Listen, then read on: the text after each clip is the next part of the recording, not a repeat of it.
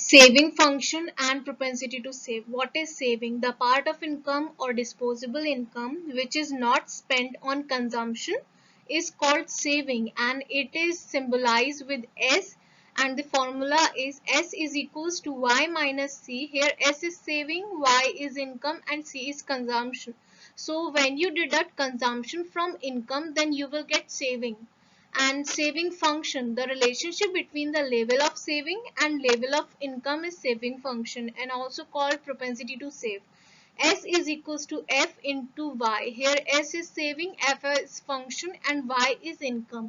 It shows the tendency of household to save at a given level of income.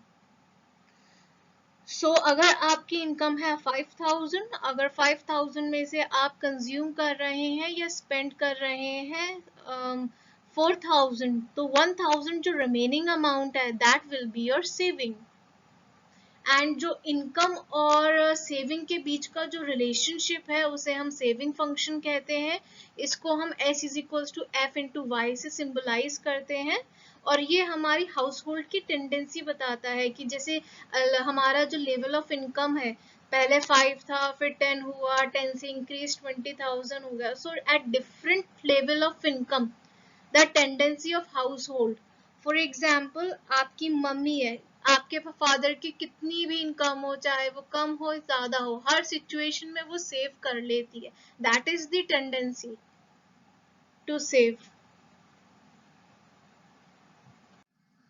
Now relationship between saving and income. There is direct relationship between saving and income, that is when income increases saving also increases.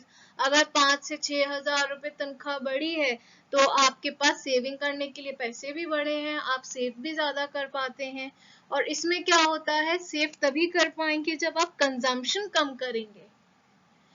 At the initial stages, when the level of income is low, consumption expenditure is more, leading to negative saving. अगर initial stages पे हमारी income, for example, autonomous consumption में हमारी income zero थी, but तब भी हम consume कर रहे थे, तो वो हमारी एक negative saving show करती है. हम उस condition में save कर ही नहीं सकते, और उसको हम negative saving को dissaving भी कहते हैं.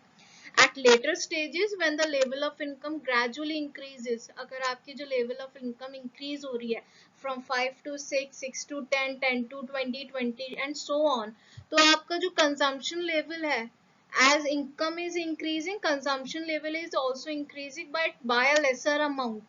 तो जितना consumption less होगा हमारी saving ज़्यादा होंगी. So gradually increases, consumption is become less and it leads to more saving.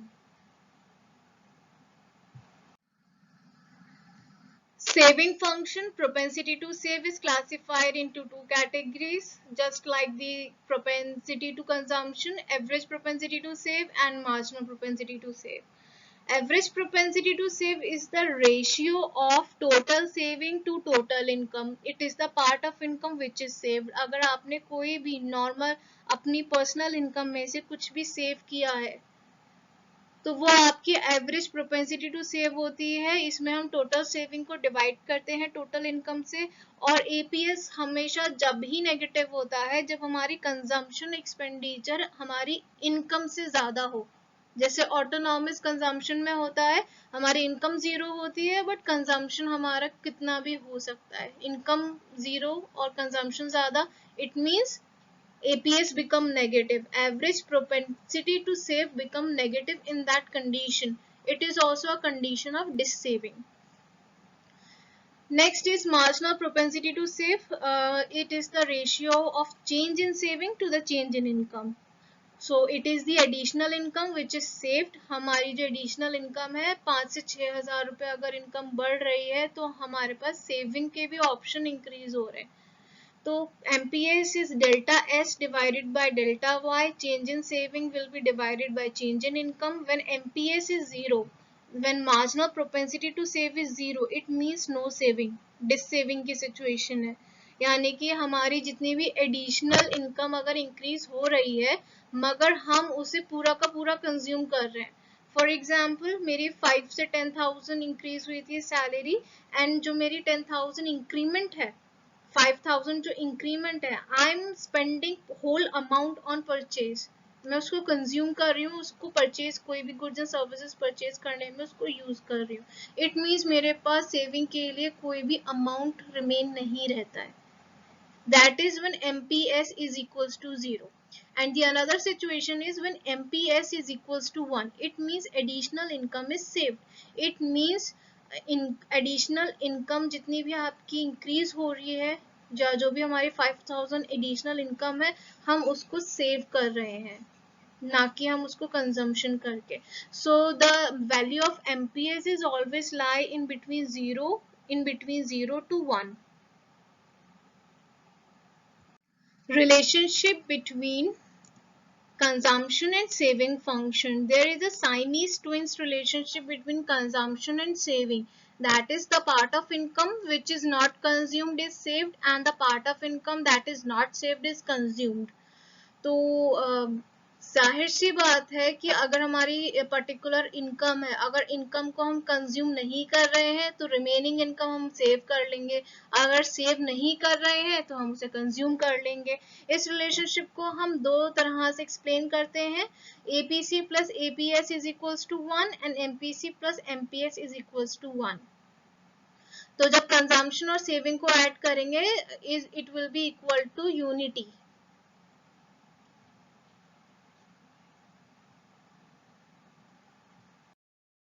Diagrammatic representation. As you can see in this figure, this is a representation of saving on a diagram. इसमें आप देख सकते हैं हमारी डिसेविंग और saving की situation. जब हमारी इनकम जीरो होती है, यानी कि जब इनकम जीरो है तो हमारे पास सेव करने के लिए कुछ है ही नहीं, तो वो हमारी डिसेविंग की सिचुएशन होती है, which I am highlighting the portion from yellow, that is dissaving. तो डिस सेविंग हमारी जब तक रहती है जब तक हमारा ब्रेक इवन पॉइंट ना हो जाए, यानी कि जब तक हमारी जो आपको लाइन दिख रही है, ये वाई जो लाइन है ना, आई am highlighting it with blue, ये वाली जो लाइन है that is your income line. जब इनकम लाइन और सेविंग लाइन इंटरसेक्ट करती हैं, ये हमारा पॉइंट ब्रेक इवन पॉइंट कहलाता है. ये जो पार्ट है जब हमारी इनकम नहीं है, सेविंग हम नहीं कर रहे हैं, ऑटोनॉमस कंजम्पशन है, डिस सेविंग की सिचुएशन है. इसके ऊपर जाएंगे तो आप देख सकते हैं कि आपकी सेविंग ज्यादा है, तो इनकम आपकी इंक्रीज हो रही है, और इनकम के इंक्रीज होने पे जब हमारा कंजम्पशन डिक्रीज होता है तब हमारी सेविंग ज्यादा होती है. फॉर एग्जाम्पल, अगर मेरी इनकम 5 से 10,000 इंक्रीज होती है और मेरे जो कंजम्पशन है, आई एम कंज्यूमिंग 5,000 फ्रॉम 10,000, तो मेरे लिए 5,000 बचता है जिसको मैं सेव कर सकती हूँ. अब in the month of January I have saved 5,000 and in the next month मेरी जो 10,000 सैलरी है उसमें से मैंने 4,000 कंज्यूम किया. Now I have 6,000 to spend. तो जैसे जैसे मेरा कंजम्पशन लेवल डिक्रीज होगा, मेरी सेविंग इंक्रीज होंगी. I hope you got the point.